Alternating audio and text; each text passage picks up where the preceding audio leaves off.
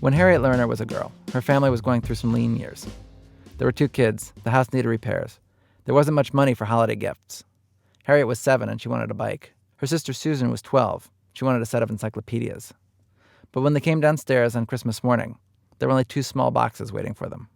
What was inside them, and we both had exactly the same gift, were these real ugly metal tissue holders painted black with these corny red and yellow roses. They were painted with these cheesy-looking red and yellow roses.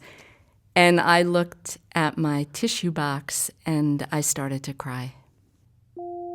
And I looked at my big sister, Susan, and I thought, of course, she was going to cry too, and she looked like maybe she was going to cry, but then she sort of put on a big smile, and then she told me that the boxes were painted by trained monkeys.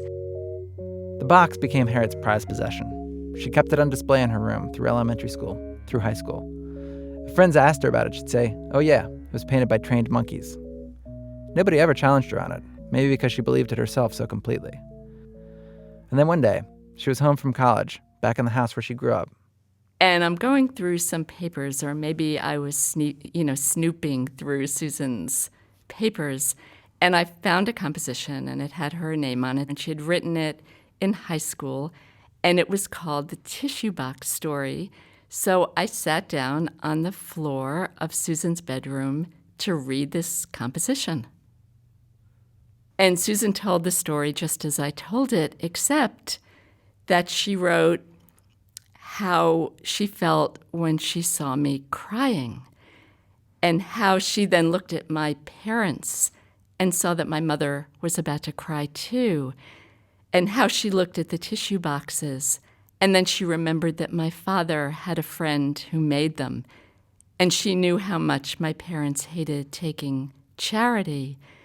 And suddenly, even though she was about to cry, she forced herself to smile, and she pretended those boxes were painted by trained monkeys. And then, of course, I didn't know any of this, but the funny thing she wrote in her composition is that she just rushed upstairs and started crying all over her pillow. And she wasn't really sad about the gift, really, is what she said in the composition.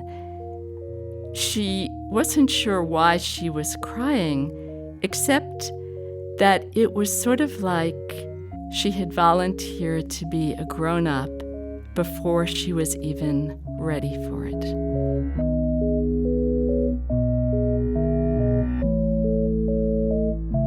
Up until that moment, I had never thought to question my sister's story.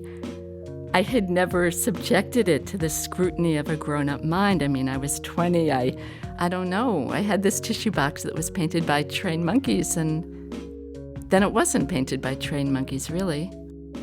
Up until reading that story, Harriet thought that her sister's lies had been only to torment her.